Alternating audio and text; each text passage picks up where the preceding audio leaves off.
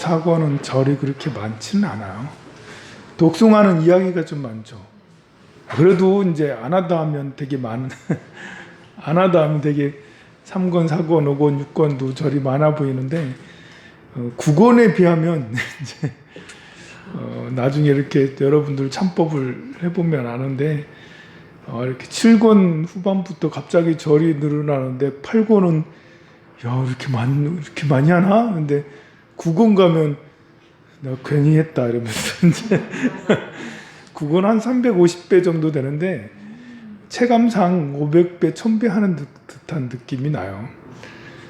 이렇게 350배는 1시간도 안 걸리거든요. 그냥 막 쭉 하면 1시간 열심히 하면 500배를 할 수가 있어요. 워가 아니라 진짜 이제 할 수 있어요. 누구나 이렇게 정상적인 속도로 하면 500배, 좀 빠르게 하면 600배 하는 사람도 있어, 1시간 만에. 그리고 3000배를 하면 이제 하루에 6시간 만에 3000배를 다 하고 그래요. 혼자 하면 그렇게 못하죠. 혼자 하면 이제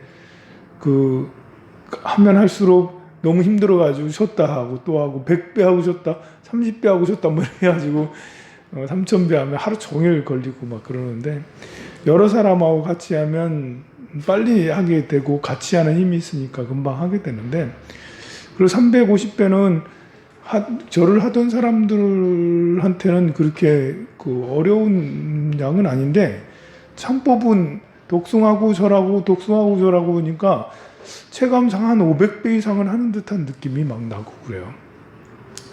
그런데 뭐 이제 3권, 4권, 5권, 6권 이 정도는 그냥 내 독송하는 것보다는 독송하고 절하고 차라리 이제 이게 더 리듬상 계속 독송만 하면 졸리고 힘들고 그러거든요. 독송하고 절하고 해서 그래요. 그런데 이제 이렇게 그래도 사권은 이야기식이 많잖아요. 좀 과보에 대한 이야기가 많잖아요, 보면. 그래서 알아들을 수 있는 말들이 좀 많아. 설화 이야기들이 많으니까. 그래서 착하게 살아야 되겠구나. 이런 거 가지고도 정말 이렇게 과보를 받나? 라는 그런 생각도 막 들고 그래요. 그래서 무슨 괴물이 되거나 뭐 이렇게 괴물의 과보를 받는 것도 뭐 이렇게 겨드랑이 사이에 떡 하나 훔쳐가지고 이렇게 그거 먹었다고 이제 그래가지고 무슨 과보를 받고 이런 것도 나오고 해서 정말 맞나라는 생각도 들고 합니다. 이제 끝났네요. 제자들 하는 거 보니까 아직 하고 있는 분 있죠? 가가지고 다 여러분들은 잘 모르겠네? 그냥 올라오겠지 그러면 뭐 올라오겠지 하고 우리는 인도 불교사 하다 말았는데요. 인도 불교사를 하도록 하겠습니다. 170페이지 유의 체계와 승가의 구성 이렇게 되어 있는데요. 우리 이제 계율은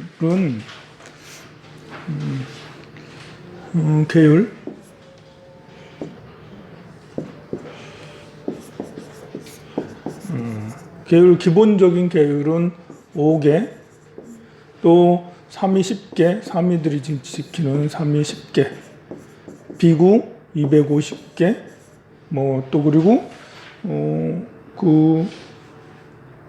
보살계 이런 계율들이 쭉 있는데요. 이 계율들은 우리가 수행하기 위해서 수행을 잘 하기 위해서 하는 거예요. 그러니까 선정과 지혜를 잘 닦기 위해서 이 계를 지키는 거예요. 그러니 이제 목적은 수행하는 것이 목적이 되는 겁니다. 계율이라는 것이. 부처님 당시도 부처님께서 무슨 계시를 받아도 계를 만든 게 아니에요. 이렇게 기독교의 10계 같은 이런 것들은 산에 어디서 이렇게 돌팍을 받았잖아. 돌을 받아가지고 거기에 10개가 적혀 여호와의 계시를 받아서 그렇게 한 거고, 이슬람교도 보면 이렇게 대천사의 계시를 받아가지고 코란을 만들고 계율을 만들고 그러는데 그게 대부분 신에게 받는 계시를 받아서 계율을 가지고 그 종교의 계율을 만들었는데 우리는 그런 게 아니고 우리는 수행하기 위해서 계율을 만들었어요. 그래서 부처님 당시에도 계율을 먼저 지정한 게 아니에요. 부처님께서는 먼저 이렇게 사상적인 체계를 만들어 놓고 그 안에서 우리는 이렇게 살자 이렇게 한 게 아니고 당신이 이렇게 제자들을 이렇게 이끌다 보고 사람들이 모이다 보니까 그 사이에서 이제 계율이 하나씩 만들어진 거예요. 그걸 보고 수, 범, 수, 제, 범하는 거에 따라서 범은 이제 이렇게 범하는 거는 안 지키는 거죠. 그르치는 거에 따라서 그거에 따라서 제재하는 것을 만들었다. 수범수제, 수는 따를 숫자예요. 여기 보면 수범수제라고 나오죠. 맨 밑줄에 현재 전해지고 있는 계율들은 부처님이 여러 가지 사항을 예견하고자 한꺼번에 제정한 것이 아니고 교단 내 어떠한 비행이 있을 때마다 그것을 규제하는 금지 조항을 만들었던 것이다 라고 되어 있습니다. 그래서 계율, 부처님 당시의 계율은 이렇게 3위계, 5계, 250계, 보살계 이렇게 돼 있는데 그 이후에 이렇게 수행하면서 만들어진 계율이다 보니까요. 그러니까 부처님 이후에 그 시대에 따라서 상황에 따라서 모임의 이제 어떤 그 성향에 따라서 따로 또 계율들이 만들어지는데 그런 게 대표적인 게 백장 청규가 있죠. 백장 회회 스님이라고 그 중국의 선종에 아주 대단히 유명한 스님이 있으셨는데 스님께서 야 이렇게 우리 참선하는 스님들은 이렇게 시주를 하지 않고 가가지고 이제 탁발을 하지 않고 산중에 너무 깊은 곳에서 수행을 하니까 우리가 직접 지어 먹자 해서 청규를 여러 개 제정했는데 그 중에 가장 유명한 청규가 일일 부작, 일일 불식. 요게 굉장히 유명하죠. 요거는 이제 하루 일하지 않으면 하루 먹지 않는다라고 백장 스님 자체도 요걸 철저히 지켰다라고 그래요. 청규를 만들어 놓고 그 청규 중에 제일 유명한 요것도 꼭 지켰다라고 하는데요. 또 이제 봉암사 결사 같은 데는 공주 규약. 봉암사 결사? 봉암사 성철 스님이 이제 봉암사 결사했는데 그때 공주 규약이라는 것들을 만들었죠. 수행하면서 우리 이렇게 탁발은 이렇게 하자, 뭐 가사 장사는 이렇게 수하자, 또 공양은 뭐 이런 식으로 하자라는 그런 규율들을 쭉 만들어서 했었던 것입니다. 그런 수행하는 수행 단체들을 승가라고 부르는데요. 승가. 이렇게 수행하는 수행 공동체를 승가라고 그래요. 상가를 이제 그 중국말로 승가라고 이제 음역을 한 건데 승가는 화합 공동체. 이제 같이 모인 공동체인데 화합을 제일 중요시 여긴다라는 거죠. 우리가 수행을 할 때 화합이 제일 중요하더라. 수행이. 절에 다니면서도 마찬가지인 것 같아요. 우리 절에 다니면서 황룡사에서는 무엇이 제일 중요해요? 화합이 제일 중요하지. 이렇게 답을 하면 되는 거예요. 사찰에서. 황룡사는 수행 공동체잖아요. 우리 황룡사는 이렇게 사부 대중 수행 공동체. 보통 승가는 현전 승가가 있고 사방 승가가 있어요. 이렇게 둘로 나누는데 현전 승가는 4인 이상의 스님들이 모여서 비구나 비구니 스님들, 수행자들끼리의 모임을 승가라고 하는 거예요. 그러니까 그 귀불, 귀법, 귀승할 때 부처님과 가르침 승가에 귀합니다 이렇게 되는데 거기에 승가에 귀합니다라고를 번역을 스님들께 귀합니다라고 했잖아요.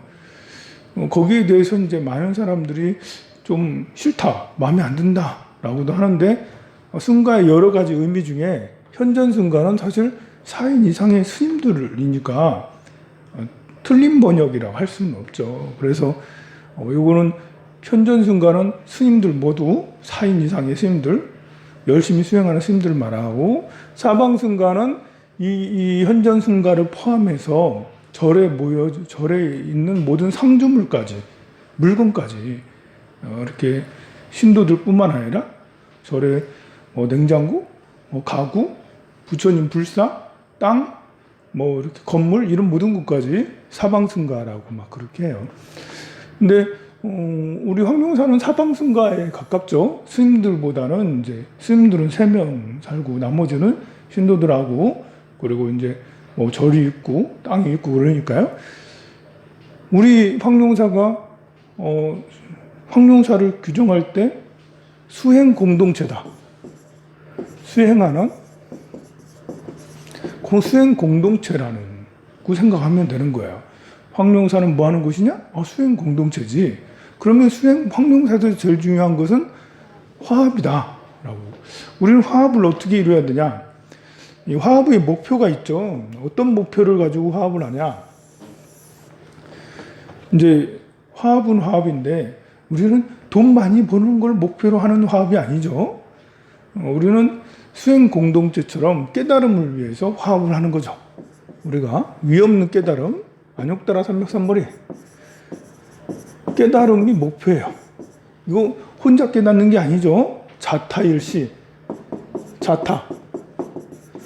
나와 남이, 나와 대상이 모두가, 그러니까 모든 생명이에요, 사실.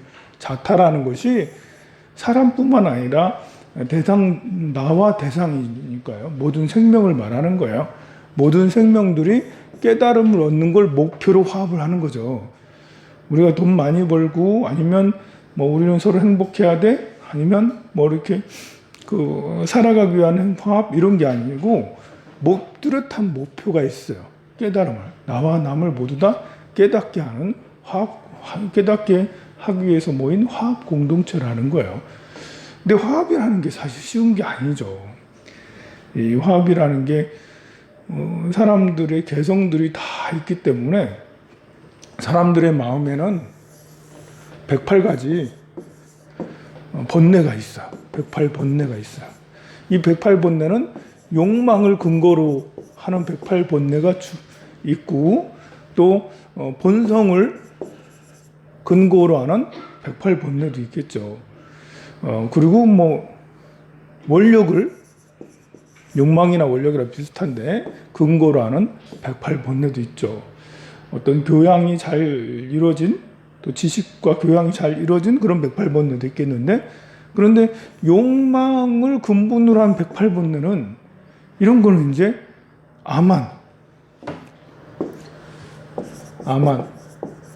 아만심, 내가 내다라는 이 아만심이라는 게 이게 이제 여러 가지가 있어요. 욕구, 재물욕에서 생기는 아만심도 있고요. 내가 많이 가졌어. 그래서 갖고 싶어. 내가 너보다 더 많이 가졌어? 더 갖고 싶어.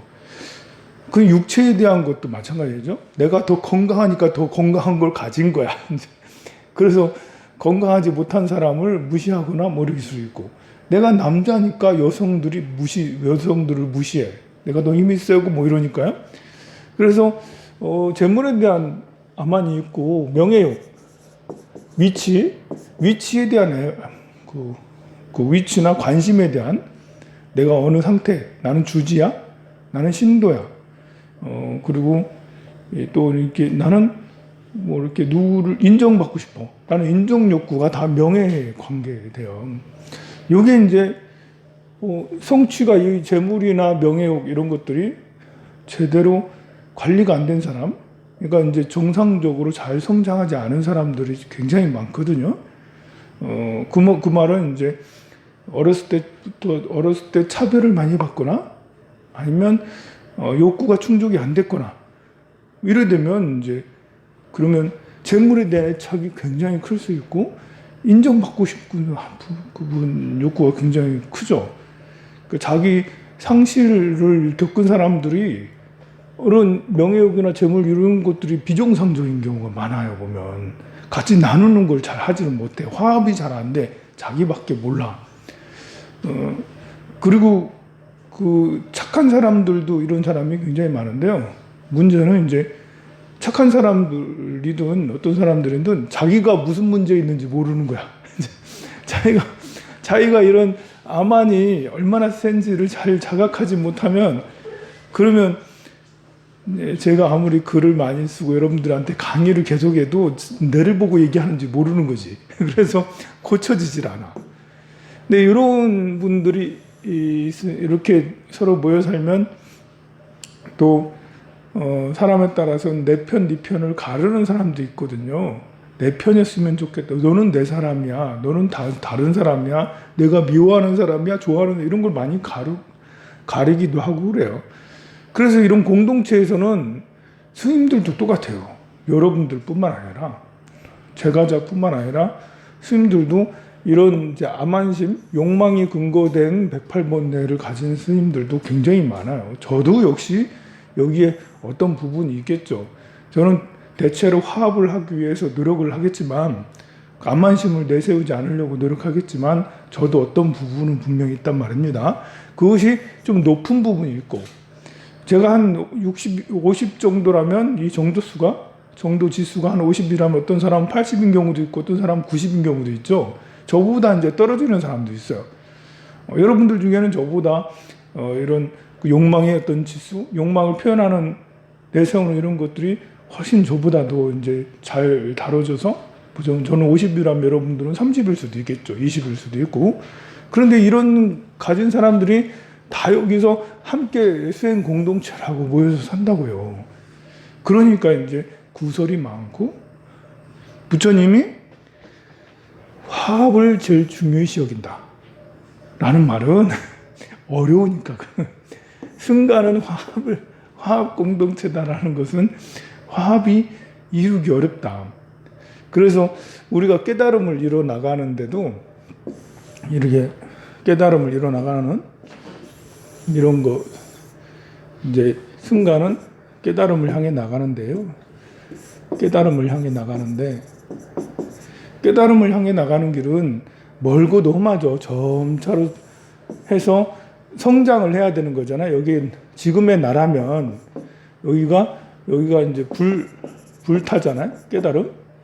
이렇게까지 나아가는데 많은 세월이 걸려요. 많은 시간이 걸리고 많은 노력이 있어야 되는데 혼자 힘으로 가능하냐? 이건 혼자 힘으로 어렵다. 이건 혼자. 그래서 혼자 하면 안 돼. 그리고 공동체를 부처님이 만든 거예요. 부처님도 가만 보면 오비구라는 5명의 수행자라고 같이 수행을 6년 동안 고행을 했잖아요. 그전에는 알라라 깔라마나 우따까마라마부타 같은 그런 스승을 찾아다니면서 수행을 했고 고행을 할 때조차도 혼자 하지 않았고 같이 했단 말입니다. 보리수 나무 밑에 앉아서 이렇게 깨달음을 이루신 거 혼자서 하셨지만 대부분의 수행들을 같이 했어요. 그러니 깨달음을 이루려면 중요한 게 스승과 내가 지도가 있어야 돼. 지도. 여기서 여기까지 가는 지도가 있어야 되는데 그 지도를 가지신 분이 스승이야. 지금 나에게 구체적으로 알려주기도 하고 구체적이 아닐 때도 있죠. 법당인 부처님도 나의 스승이라 할 수 있으니까 은연중에 나에게 가르쳐주거나 또 경전도 금강경, 법화경, 화엄경 같은 것도 스승이라 할 수 있어요. 그런 건 내가 찾아서 봐야 되잖아요. 그렇지만 그것도 지도라고 할 수가 있죠. 여기 깨달음을 하는 지도. 그리고 스승만 있어도 되는 게 아니더라고. 도반이 있어야지. 도반이 같이 여행하는 사람 혼자서는 안 돼. 그리고 도량이 갖춰져야 돼요. 도량. 수행 공간이 있어야 되는 거죠. 여기저기 떠들면서 할 수도 있어요. 그렇지만 앉아서 좌선도 하고 서서 행선도 하고 그 곳곳이 다 도량일 수는 있는데 그래도 특정한 공간에서 스승과 도반과 도량이 서로 모여서 해야 되는데 이게 이제 스승과 도반들끼리 모여서 있으려면 참 화합이 얼마나 안 되면 부처님이 화합을 제일 중시 여겼나. 그 말은 화합이 안 되는 걸 보고 여러분들이 실망하지 말아라. 저 교회는 저 어디 수행 공동체는 맨날 싸우기만 해. 갈등하기만 하고 지 잘났다고 맨날 저러고 있어. 그런 걸로 실망하면 여기 끝까지 가지 못한다. 이거 하다가 중도 후퇴는 모두 다 실망해서 후퇴는 거야. 스승에 대해서도 그래요. 이렇게 우리 성파스님께서 이번에 종종이 되셨어요. 우리 대한불교 조계종에서 한국 불교에서 가장 이제 존경스럽고 종종이라면 대표자잖아요. 그러면 우리 한국 불교에서 가장 큰 스승인갑다. 저분을 모시고 살면 내가 제대로 된 공인된 스승이잖아. 종종은 공인된 스승을 모시고 내가 정진하면 수행이 빨리 되겠다 싶어가지고 서운함에 일반 대중들도 늘 오갈 수 있죠. 거기서 며칠 묵을 수도 있어요. 봉사하면서. 그럼 내 서운함에 가서 스님을 스승으로 모시고 열심히 살아야지. 근데 실망 안 할까요? 여지없이 실망합니다. 네. 스님하고 가까이 계시다 보면 황산 스님보다 못하네. 황산 스님은 그래도 내 말이라도 들어주고 잘 웃기라도 하고 친절하기라도 하고 뭐라도 하지. 우리 그 큰 스님은 저분이 깨달은 스승 맞아? 제자를 지금 이렇게 키우고 있는 거 맞아? 지금 여기까지 가는 지도를 가지고 있는 거 맞아?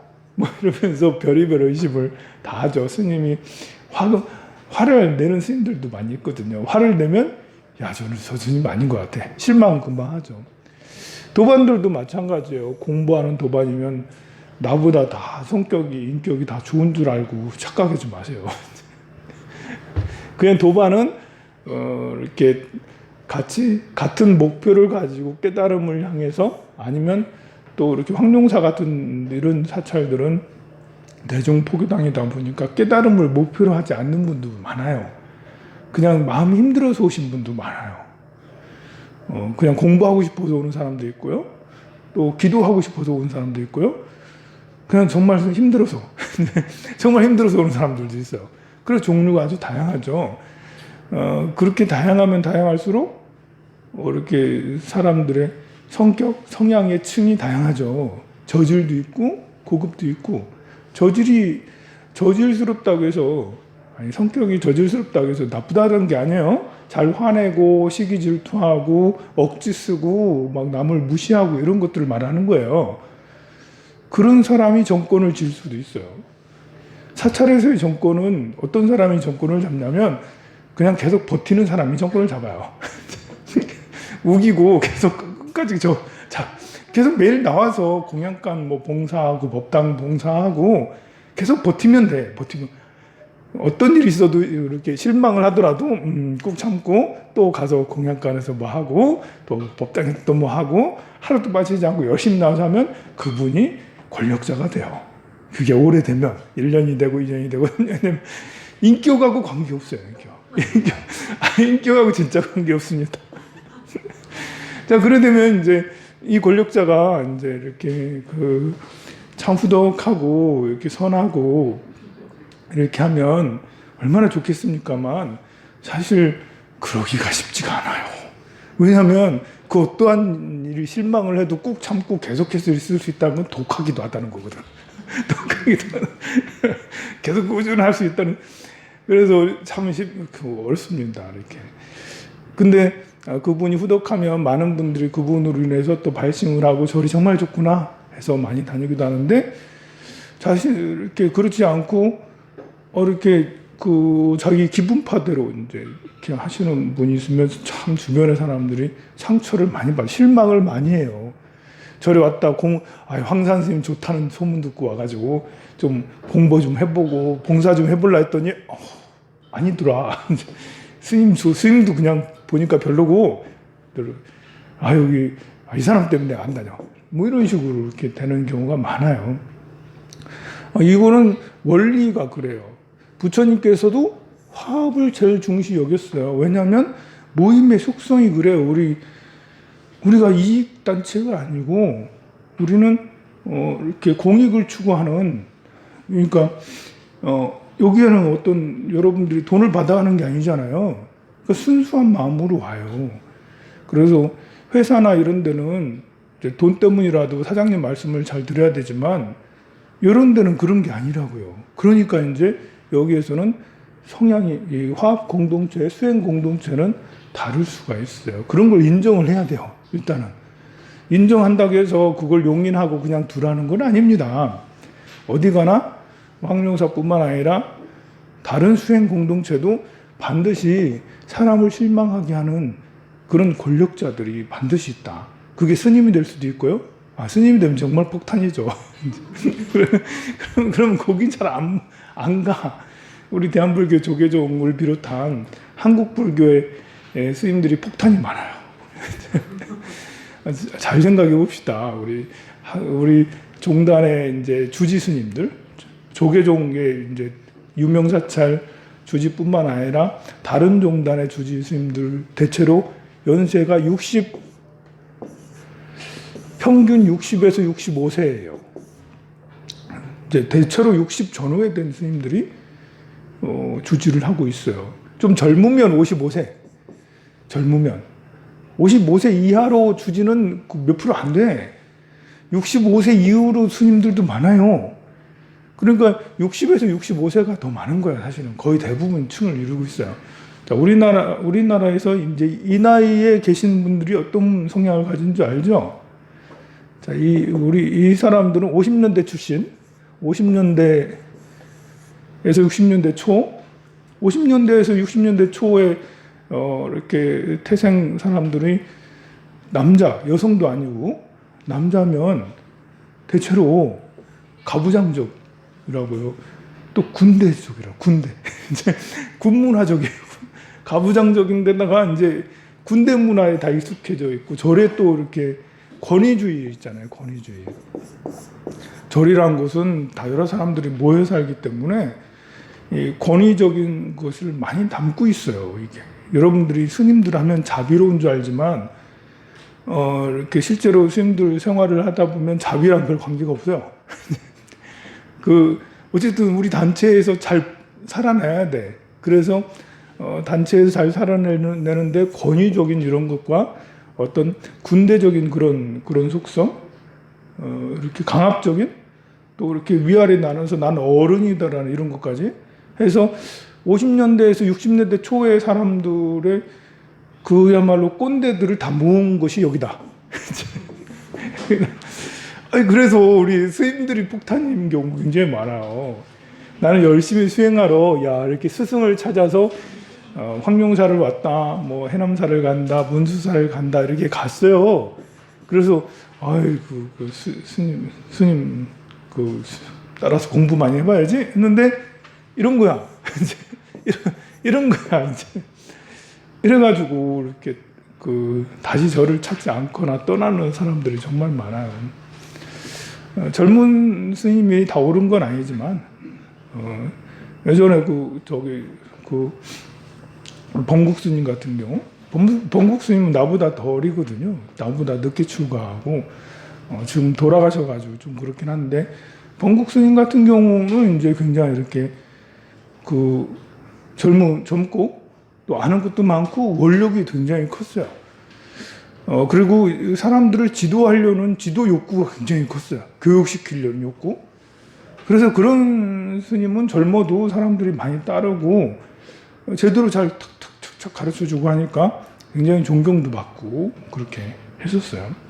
그래서 이런 속성들을 이해를 해야지 지금 말세 시대에 여기에 시작을 해서 깨달고 가는데 참 진짜 이거 어렵다. 같이 해가는데 이 여러 사람 도반들하고 스승들하고 도량에서 이렇게 해가는데 화합은 진짜 어렵다. 상처를 정말 많이 받는다. 황룡사든 어디서든 상처는 무지하게 많이 받는다. 계속 사찰을 다니다 보면 그 상처는 이렇게 대한민국 사람들이 가지고 있는 다들 그런 것들 때문에 그래요. 이제 절뿐만 아니라 교회도 다니면 계속해서 다니면 많은 상처들을 받게 되고요. 그리고 다른 봉사단체도 가다 보면 정말 상처를 사람들이 모인 곳에서는 다 상처가 있게 마련이에요. 그래서 그것들을 잘 이해하는 것이 참 필요합니다. 자, 그래서 171페이지 비구, 비구니, 사미, 사미니, 식차, 마나, 우바세, 우바이 수행 공동체에서 출가 수행자와 재가 수행자 이렇게 해서 이것들을 분류해서 쭉 나눈 것이 여기에 표시가 되어 있습니다. 그 다음에 173페이지, 174페이지 보면 결집이 있어요. 부처님 말씀을 모아서 편찬을 한 거다. 불경을 편찬한 것이 결집. 이제 말이 좀 어렵습니다. 이렇게 결집, 1차 결집, 2차 결집, 3차 결집 이런 건데요. 이제 부처님의 말씀은 깨달음을 향한 지도잖아요. 이 지도 정리를 우리가 잘 해야 된다고. 부처님 말씀을 잘 해야지 내가 헷갈릴 때 아니면 마음이 뭐 이렇게 그 어리석을 때, 처져 있을 때, 이렇게 마음이 좀 이렇게 좀 수행에 대한 마음이 나지 않을 때, 그럴 때 지침이 되는 것이 부처님의 가르침이잖아요. 그 가르침들을 처음으로 부처님 그 모은 것을 결집이라고 그래요. 1차 결집. 처음으로 모인 걸 1차 결집. 그 다음에 2차 결집, 3차 결집, 4차 결집. 이렇게 4차례. 근데 현대 와서 5차도 있을 수 있죠. 결집을 했어요. 공식적으로는 이제 4차 결집까지 이렇게 있습니다. 부처님이 열반하시자마자 곧바로 이제 처음 모여서 이제 가석과 500아라한들이 서로 모여서 처음으로 결집을 해요. 경전 편찬, 요즘 말로 하면 편찬했다. 부처님 말씀을 모았다. 모아서 편찬했다. 그래서 처음에는 글로 쓰진 않고 외웠어요. 글로 쓴 거는 요 3차 결집? 이때부터 이제 글로 이렇게 썼지. 그전에는 글로 표기를 하지 않고 다 외웠습니다. 이 1차 결집, 여기 보면, 부처님 인멸 직후에, 한 거 3개월 동안 했고, 칠엽굴에서 했다고 그럽니다. 계기는 늦게 출가한 노비구, 늦게 출가한 노비구의 망언. 부처님 열반하시고 나니까 이제 어떤 그 노장님께서 되게 춤을 추면서 기뻐하신 거예요. 부처님 잘 돌아가셨다고. 근데 나는 자유다 이러면서 나한테 잔소리 할 사람은 사라졌다. 사실 이 비구는 다른 종교에 있다가 이제 이렇게 그 오신 브라만이셨는데 연세가 많고 이렇게 그 존경받는 분이었기 때문에 자기한테 뭘 할 사람이 하나도 없었는데 출가하고 나서 이제 부처님이 그러면 안 된다라고 자꾸 제재를 하니까 부처님이 열반하시고 나니까 좋은 거예요. 이제 잔소리 할 사람 사라졌다. 막 그렇게 기분 좋아서 그렇게 말하고 다니니까 그걸 보고는 가섭존자가 이거 안 되겠다. 이러다가 승단의 이런 규율이 다 무너지겠다. 우리 이러다 해체되는 거 아니야? 공정분해되는 거 아니야? 해서 다들 모아가지고 부처님 말씀을 모았죠. 아짜차 사투 왕의 마가다구에서 칠흑굴이 이제 그 영축산 근처에 있어요. 그래서 마가다구에서 했습니다. 가섭존자가 이제 의장 역할을 했고요. 그래서 경장과 율장, 1차 결집에는 경장, 율장,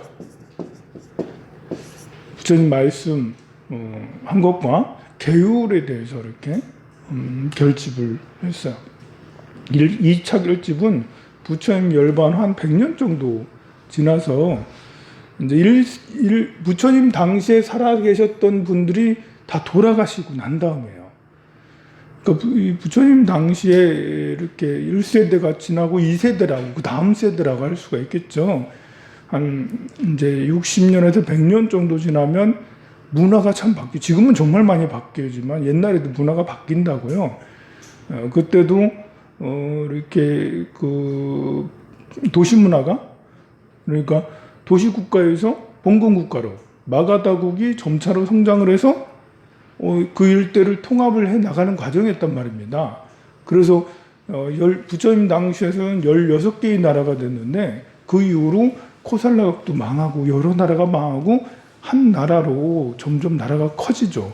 그럼 나라가 커지면 규모가 또 달라져요. 또 그 사이에 그 마가다국은 영축산에 있는 영축산에서 다른 데로 파트나로 이제 수도까지 이전하고 나라가 더 강성해지고 커진단 말이에요. 경제 규모가 커지고 나라가 국력이 커지니까 돈에 대해서도 생각이 좀 바뀌는 거죠. 이제 돈을 소지해야 되냐 말아야 되냐. 당시에는 부처님 당시에는 스님들이 돈을 소지하지 않았어요.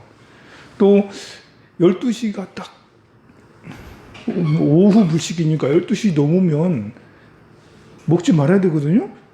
근데 이제 사회 문화가 크게 융성해지면 아니 30분, 1시간 봐주면 안 돼요? 12시 잠깐 조금 넘어도 되지 않아요? 그리고 아니 이렇게 사람들이 이제 부유해지고 물자가 풍부해지면 소비 문화가 발달하잖아요. 그러면 먹는 것도 좀 더 맛있는 거 먹고 싶다고 소금 같은 건 지니고 다니면 안 돼요? 이런 거 있잖아요. 놔뒀다가 또 먹으면 안 돼요? 다음날? 뭐 이런 거 있잖아요. 그런 이제 생활상에 부처님 가르침에 대해서 경전에 대해서는 이제 이견이 없었어요. 근데 계율에 대해서는 너무 힘들다 이거죠. 문화 시대가 어느 시대인데 뭐 아직도 그러고 있냐 뭐 이런 거라는 거죠. 그렇게 하시는 분들을 대중부 좀 이제 대중부는 진보적인 거죠. 시대가 바뀌었으니 우리도 좀 먹는 것 좀 해야 된다. 그리고 이제 상자부락에서 보수적인 옛날 그대로 100년 전에 부처님 당시를 그대로 고수해야 된다. 오불식 절대 안 되고 소금 돈 필요 없다. 이제 무조건 원리 원칙대로 해야 된다. 해가지고 2차 결집 때는 둘이서 서로 갈등했어요. 서로 회의를 벌였어요. 자, 이렇게 상자부하고 원칙주의자하고 또 개방주의자하고 서로 회의를 하면 결과가 어떻게 나올까요? 회의의 결과는 진보적으로 나올까요? 보수적으로 나올까요? 대부분의 회의들은 안전한 걸 택하기가 쉬워요. 대부분의 회의들은 담론을 하면 당연히 얘기를 하면 김건희 나쁜 사람이지. 당연히 나쁘지. 그 원서를 왜 그렇게 써? 뭐 이렇게 하면서 우리끼리는 그냥 뭐 그럴 수도 있지. 뭐 이렇게 원서 쓰는데 나도 비슷하게 한 적 있어. 그래서 얘기 안 할 때는 좀 약간 이렇게 좀 하면서 할 수 있지. 근데 얘기를 해서 회의를 하면 절대로 그런 일을 하면 안 돼. 그래서 사람들이 회의를 하면 보수적이 되기가 쉬운 거예요. 사회가 발전이 안 될 수도 있어. 자, 그래서 상자부에서 이제 상자부가 이겼어요. 결국은 상자부 마음대로 경전들이 모아졌는데 여기에서 이제 부파 분열이 생겨요. 파벌이 생겨요. 서로 이렇게 화합이 안 되고요.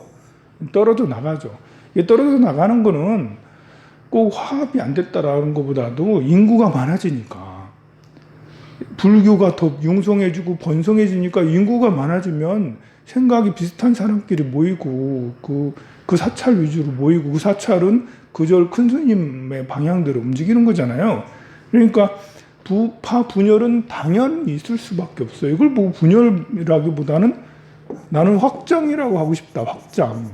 확장이 일어나죠. 당연히 부처님 당시에서 오비구가 모였으면 5명끼리지만 500명 모여봐. 10명씩 50개의 단체가 생기는 거죠. 그걸 가지고 분열했다. 분열은 별로 안 좋아 보이잖아. 싸운 것 같잖아. 그런 게 아니고 500명이 모이면 50개의 단체가 생겨서 50개의 수행단체가 생기는 것처럼 확장이 되면 저절로 생각이 다른 사람들끼리 서로 값 비슷한 사람끼리 해쳐 모여가 되기 마련이죠. 그래서 여기서 제 2결집 막을 타고 바이샬리에서 했고요. 계기는 계율에 대한 문제 14락 해가지고 이 앞에도 있습니다만 그 173페이지 보면 이렇게 나와요. 10가지가 나오죠. 이것 때문에 서로 이렇게 그 회의를 하게 된 거예요. 뿔로 만든 용기의 식용, 소금을 갖고 다녀도 되냐 이런 거하고, 그리고 이렇게 5불씩이니까 좀 넘겨서 식사해도 되냐, 또 다른 부락에 가서 음식을 먹어도 되지 않냐, 내가 사는 곳에서만 탁발을 하라는 거 아니고 다른 옆에 이웃말도 가면 안 되냐 이런 거죠. 그리고 이렇게 보면 그래 여러 가지들 이렇게 쭉쭉 있어요. 응고하지 않는 우유를 마시는 관행 뭐 이런 것도 있고, 야자즙을 마시는 관행, 또 금은을 받는 관행, 또 테두리에 장식 없는 방석에 대한 관행 뭐 이런 것들 지금 생각하면 뭐 이렇게 정말 쪼잔한 이야기 뭐 이런 거 가지고 갈등하나 뭐 이런 게 생각할 수 있는데, 그 당시 선생님들한테는 굉장히 중요했다. 원칙주의자들을 볼 때는 저러다가 망하지 이러는 거죠. 이제 이렇게 해서 부처님 말씀을 2차 결집을 했고, 세 번째 결집은 이렇게 마우리아 왕조 때 그때 아쇼카 왕께서 세 번째 결집을 하게 됐어요. 부처님 열반 한 200년이니까 이렇게 2차 결집이 있으면 100년 후에 또 이렇게 되는데, 역시 대단히 많은 발전이 있었죠. 인도가 통일이 됐어. 거대 국가로 완전히 하나로 통일이 됐으니까요. 물류나 유통이나 이제 금융이나 이런 모든 것들이 달라졌을 때고, 또 불교가 더 많이 확장했어요. 2차 결집보다. 아쇼카 왕이 더 많은 교세를, 아쇼카 왕은 본인이 이제 불자니까요. 인도 전체를 불교 국가로 이렇게 그 굉장히 성장을 시켰으니, 이때 부처님 말씀을 다시 한번 진작시켜서 다 결집을 해서 다시 한번 모으게 된 것이 3차 결집입니다. 이때 이제 율장도 생기게 된 거야. 이때는 1차 결집, 2차 결집은 경장 율장까지만 있었고요. 3차 결집 때 논장이 드디어 등장이 됩니다.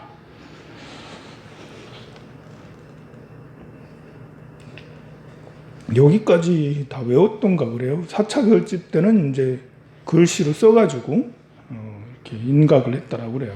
각인을 했다. 그 4차 결집은 카니시카 왕 시절에 쿠산 왕조라고 해서 이때 이제 했습니다. 5차 결집이라면 이제 이렇게 그 각 나라가 이제 지금처럼 많이 정보가 서로 이렇게 많이 공개되고 해서 경전들을 다시 모으고, 그래서 남방의 불교, 또 티베트의 불교, 중국의 불교 이것들을 다 모아서 하나로 만든 이런 것들도 지금의 현대 시대에 와서 5차 결집이 아니냐라고 주장하기도 합니다. 인도의 불교가 이제 인도 불교, 중국 불교를 오늘 다 해버릴 건데요. 이제 인도 국가에 따라서 불교가 어떻게 발전하고 어떻게 쇠퇴했는지가 국가 간하고도 관계가 있어요. 마우리아 왕조, 인도에 마우리아 왕조가 있고요. 그 다음으로는 쿠샨 아니고 쿠산 맞나? 쿠산 왕조고요. 그 다음에는 이제 굽타 왕조. 그 다음에는 이제 델리 술탄. 그 다음에 이제 무굴 제국으로 이어지게 되는데요. 여기 촐라 왕조 이런 것들도 있고, 여기는 좀 복잡해요. 굽타 왕조 이후로는 좀 복잡한데, 마우리아 왕조가 인도 전역을 통일했어요. 물론 인도 남부 지역으로는 완전히 이제 다 하진 못하고 중북부로 하나를 다 만들었습니다. 이제 아쇼카 왕이 불교 국가로 만들었고요. 그래서 불교가 이렇게 번성을 하다가 이렇게 아쇼카 왕 이전까지만 해도 거대 종교까지 되진 않았던 것 같아요. 아쇼카 왕이 원을 세워서 불교 국가를 했는데 본인은 이제 그렇다고 해서 다른 종교를 박해하면서 하진 않았어요. 다른 종교를 인정해가면서 아쇼카 칙령을 통해서 다른 종교를 가져도 된다라고 하면서도 불사를 많이 하고 결집도 하고 불교 활동들을 많이 하고 특히 이분의 업적은 해외 포교, 해외에 스님들을 많이 보냈다. 불교를 통해서 외교를 했다라는 거죠. 지금에야 이제 외교단이 이렇게 갈 때 종교인들이 따라가지 않지만 과거에는 외교단이 갈 때 종교인이 갔습니다. 그래서 아쇼카 왕이 아랍 지역에 외교 사절을 파견할 때 스님들과 경전을 같이 보냈고 스리랑카에도 경전과 스님들을 같이 외교단을 파견할 때 같이 보냈던 거예요. 그러니 불교가 아랍 지역에도 영향을 끼쳤다. 마우리아 왕조가 이렇게 BC 3세기부터 BC 1세기 한 200여 년 정도 이렇게 번성을 했으니까요. 마우리아 왕조 때, 그 아쇼카 왕 때부터 굉장히 그래도 한 100년 이상 굉장히 이렇게 불교가 힘을 썼습니다. 그 다음에 쿠시안 왕조여도 역시 쿠시안 왕조 카니시카 왕이 최절정기인데요. 이때는 이제 쿠시안 왕조는 저쪽 월지족이라고 해가지고 중앙아시아 쪽에 종족들이 내려와가지고 인도 북부 지역을 지배를 했는데 그때도 불교를 친불교적이었어요. 이때 이제 중앙아시아하고 이게 굉장히 인도가 이렇게 있으면 인도 이 밑으로는 정복하지 못하고 여기서부터 저 중앙아시아까지 이만큼 넓은 지역을 쿠산 왕조에서 했었는데 이게 전체가 불교 국가다 보니까 여기에서 이제 정말 많은 불교가 여기 실크로드가 있는 데거든요. 그래서 많이 전해지고 했다고 할 수가 있어요. 이것은 이제 1세기, BC 1세기부터 4세기까지, AD 4세기까지 약 3,400년 동안 쿠시안 왕조. 이 두 왕조를 통해서 불교는 굉장히 많이 발전했고 이때 대승불교가 흥기했죠. 대승불교 발전했습니다. 그러니까 마호리 왕조 때는 이렇게 초기 불교, 상자부 불교, 원칙적인 상자불교가 많이 번성했고 거기다 더해서 쿠시안 왕조 때는 대승불교까지 더 흥기해서 불교의 이런 가치관이나 사상, 철학이 훨씬 더 확장이 일어난 거예요. 그런데 그 이유가 문제예요. 이 굽타 왕조 4세기부터 7세기인데요. 이 굽타 왕조는 왕권 강화를 했어요. 그래서 힌두교의 힌두이즘으로 그러니까 브라만교가 본래 부처님 당시에도 브라만교가 있었잖아요. 굉장히 오래된 종교예요. 브라만교는 이 종교가 마우리 왕조하고 쿠시안 왕조를 지나면서 길을 몇 펴고 이렇게 그 지역에서 마을에서 그냥 이렇게 토속 종교를 이렇게 했었어요.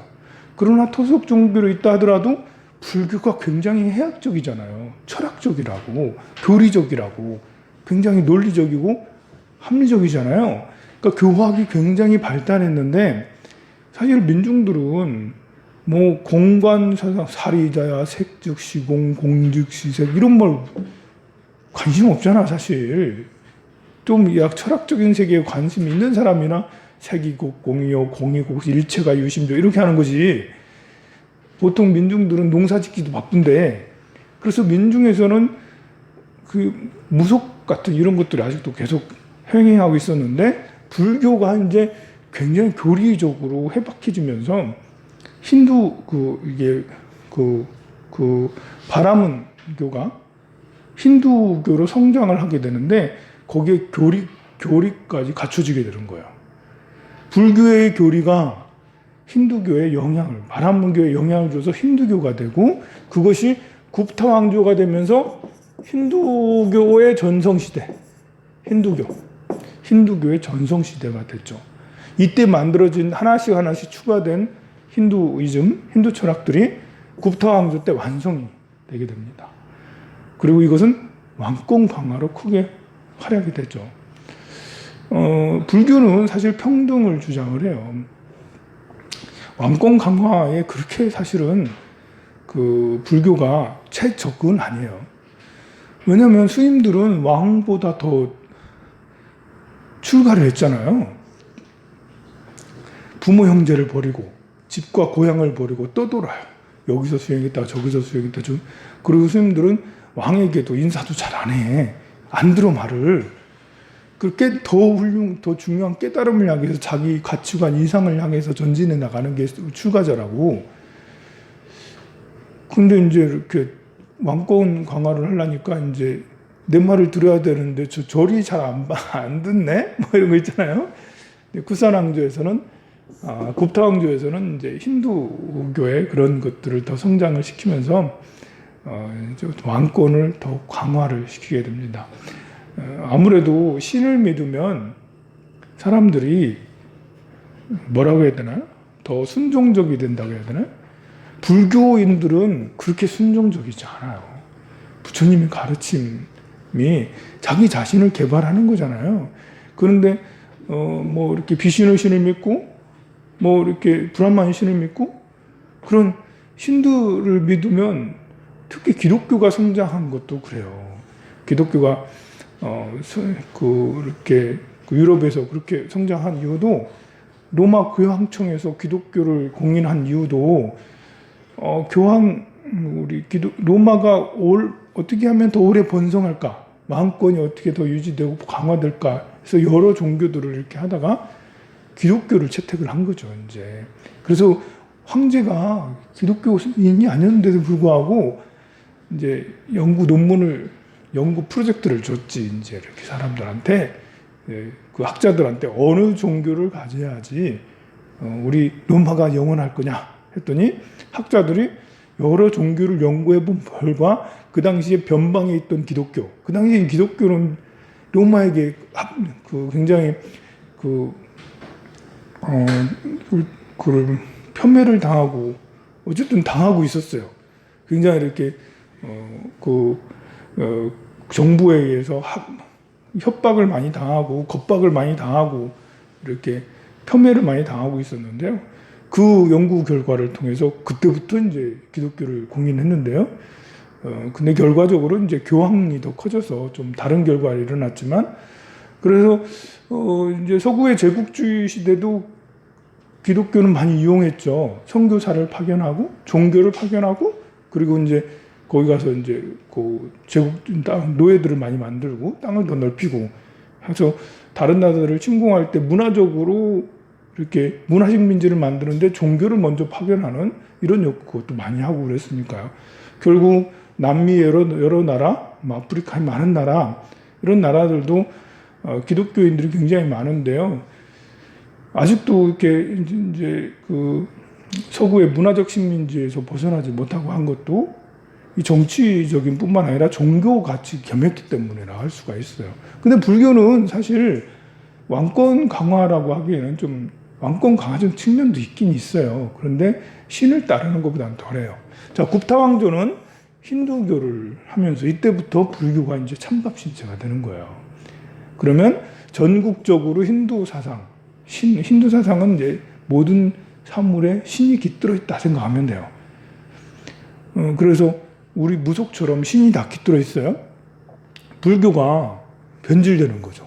이 몇백 년 동안 계속 힌두가 성장을 하고 불교는 찬밥이니까 불교를 따르던 자들도 스님들도 점차로 힌두화가 되는 거죠. 점차로 물이 드는 거야. 여기서 마우리 왕조, 쿠산 왕조까지 힌두교가 불교의 영향을 받아서 교리적 체계를 갖췄듯이 이때는 힌두교가 굉장히 많이 발달하면서 불교가 힌두의 영향을 받아요. 그래서 생기는 것이 밀교예요. 그래서 주문들이 생기고 의식들이 더 체계화된 거예요.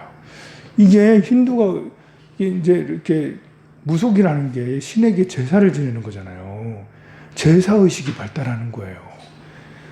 그 신에게 제사 지낼 때 뭐 고기를 쓰고 거기에 주문도 하잖아. 주문. 왜 그 방언이라는 거 있잖아. 방언. 신들이 하는 말. 그래서 신과 통하는 말. 의식은 신비적이어야 되거든요. 천주교에서 하는 의식들 보면 얼마나 신비로워.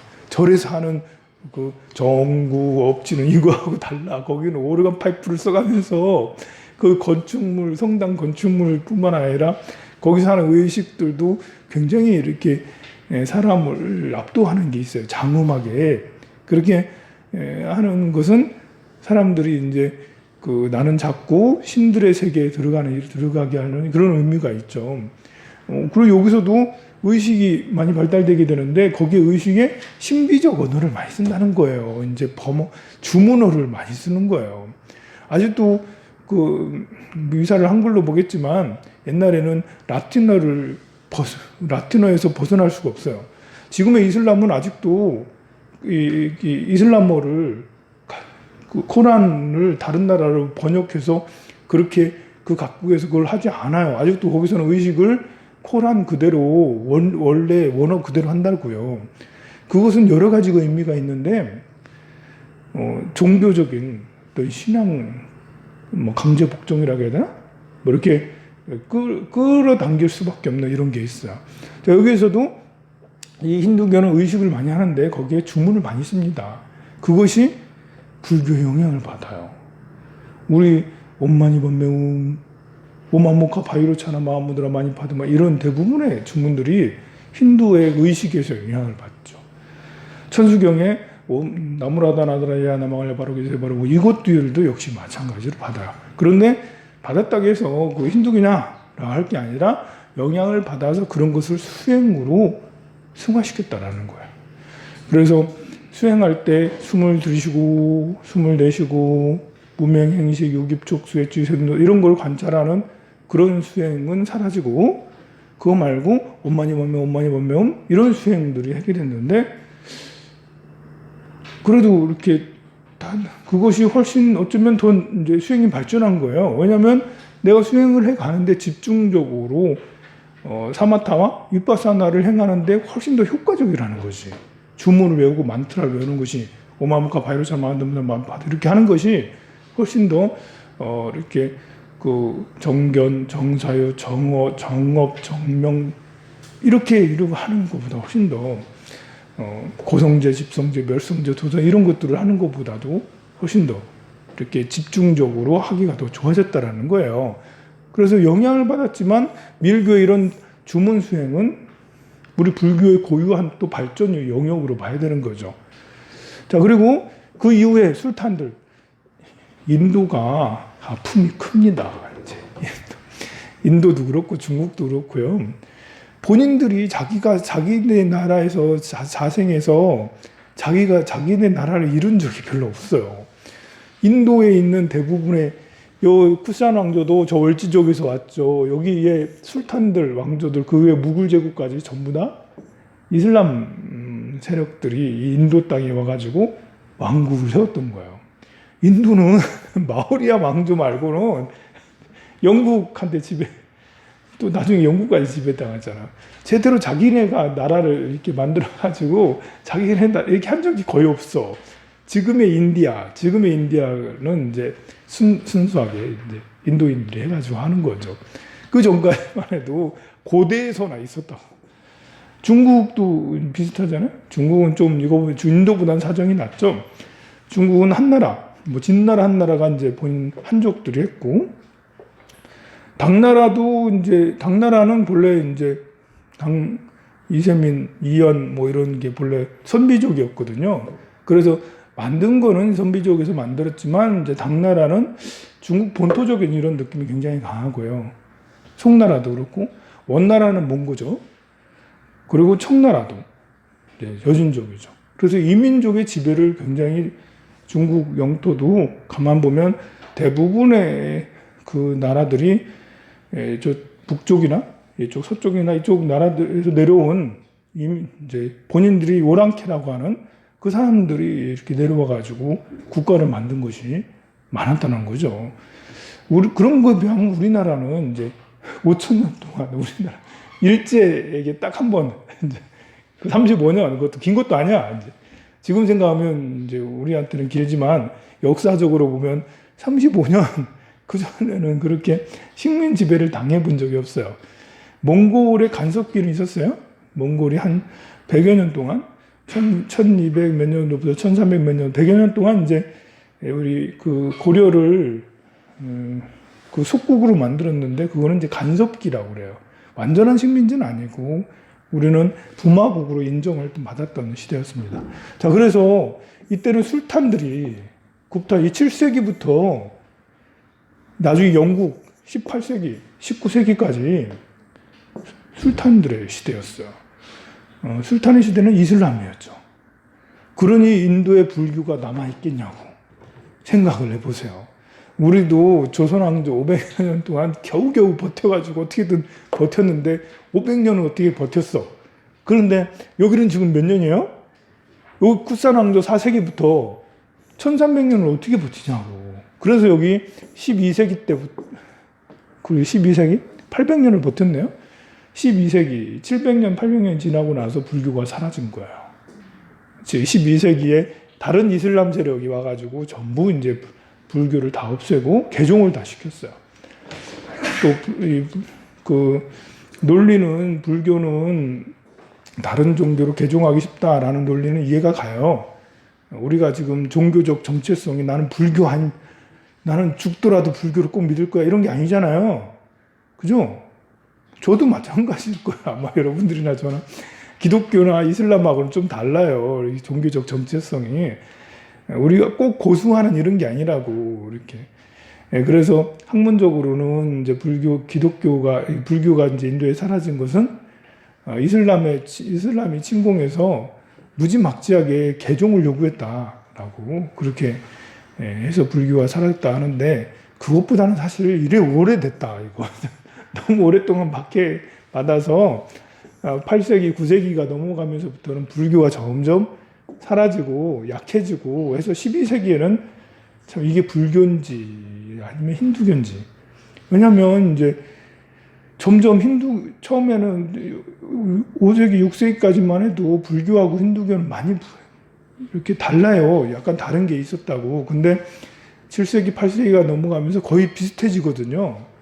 그러면 이제 스님들만 사라지면 똑같은 거야. 스님들, 절하고 힌두 사원하고 거의 똑같아. 그런데 거기에 종교 지도자인 스님들만 사라지면 그게 그냥 힌두교가 되는 거지. 그게 이제 12세기부터 14세기 사이에 스님들이 다 사라지게 이제 이슬람들이 침공을 해서 생긴 일이라 할 수가 있습니다. 중국은 이제 이렇게 또 중국은 비교적 늦게 불교가 전해져요. 한나라? 중국의 한나라는 기원전 2세기부터 기원 후 2세기까지 400년 동안 하게 되는데 이때는 불교가 잘 전해지지 않았어요. 한 명제 때 뭐 37년인가요? AD 37년인가 67년인가? 이때 한 명제 때 불교가 잠깐 전해지긴 했어도 한나라에게는 별로 매력적이지 않았어요, 불교가. 왜냐면 이 한나라는 중국인들 본인들이 세운 나라고 이때는 자기들 가치관이 커서 별로 받아들이지 않았고요. 한나라가 망하고 삼국시대가 도래했잖아요.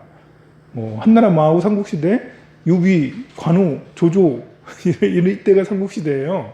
그때부터 해가지고 수나라가 이제 수나라가 570년인가 80년인가 6세기 후반 6세기 후반까지 3세기부터 400년 동안 이때 5, 16국이라고 해서 수많은 나라들이 생겼다 없어지고 정치적으로 굉장히 불안했을 텐데요.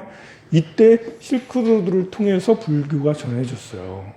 그리고 이때 많은 스님들이 나타나고 처음에는 격의 불교라고 해가지고 불교를 중국식으로 이해를 했어요. 노장사상하고 비슷하다 해가지고. 그것이 나중에는 점점 불교가 연구되고 구마라집이라든지 현장스님이라든지 이런 스님들이 나타나면서 불교가 정통 불교로 많이 성장을 하게 되죠. 그래서 당나라 때가 되면서 수나라는 이제 잠시 있었잖아요. 한 20년 정도 있었나요? 35년 있었나? 수나라가 통일을 하긴 했는데 수나라는 오래 가지 않았어요. 수나라도 내내 이제 불교를 중요시 여겼고 당나라 때도 불교를 중요시 여겼어요. 국가적으로 불교를 많이 중요시 여겼습니다. 이때는 이제 당나라 때는 선종이 많이 발전했고 뭐 정토 정도, 교정도 많이 발전을 했어요. 당나라 다음에 송나라가 있었죠. 송나라 때도 역시 불교가 이제 이렇게 엄청 나라의 국가 이념 정도는 아니었어도 명맥은 유지했어. 물론 당나라 때, 송나라 때는 황제들 중에 한두 명씩은 이제 불교를 회부를 하긴 했죠. 불교가 없어져라, 망해라 이러면서 이제 전국에 포교령을 내려서 스님들을 속퇴를 하고 절들을 도관으로 바꾸고 뭐 이렇게 절들을 없애고 했던 그런 황제들이 한 번씩 나타났긴 했어도 전체적인 분위기는 계속 불교에 호의적이었다는 거죠.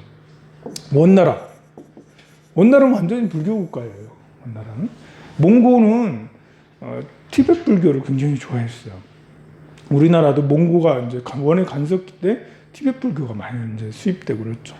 그리고 그 다음에 원나라 다음에 명나라잖아요. 명나라는 주원장이 스님이었어. 명나라를 만들었던 분이 스님이었다고. 그래서 명나라도 불교였고, 그 다음에 청나라인데요. 청나라는 이제 여진족이 만든 나라인데, 여기 북방민족이다 보니까요. 원나라처럼 불교를, 티베트 불교를 굉장히 좋아하고 사랑했습니다.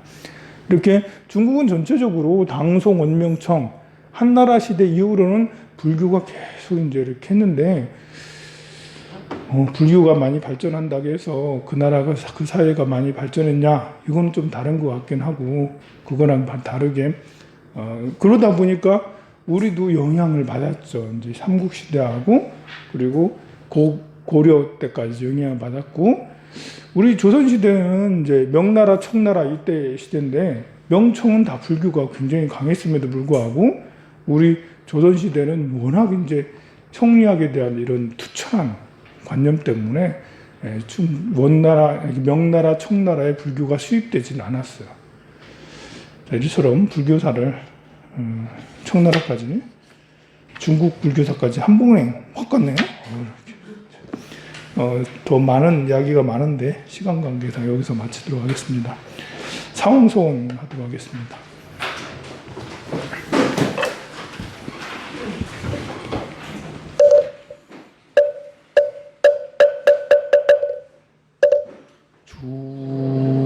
중생을 다 건지우리다.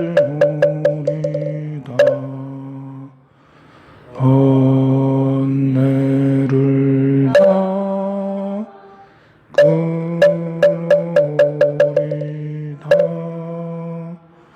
법문을 다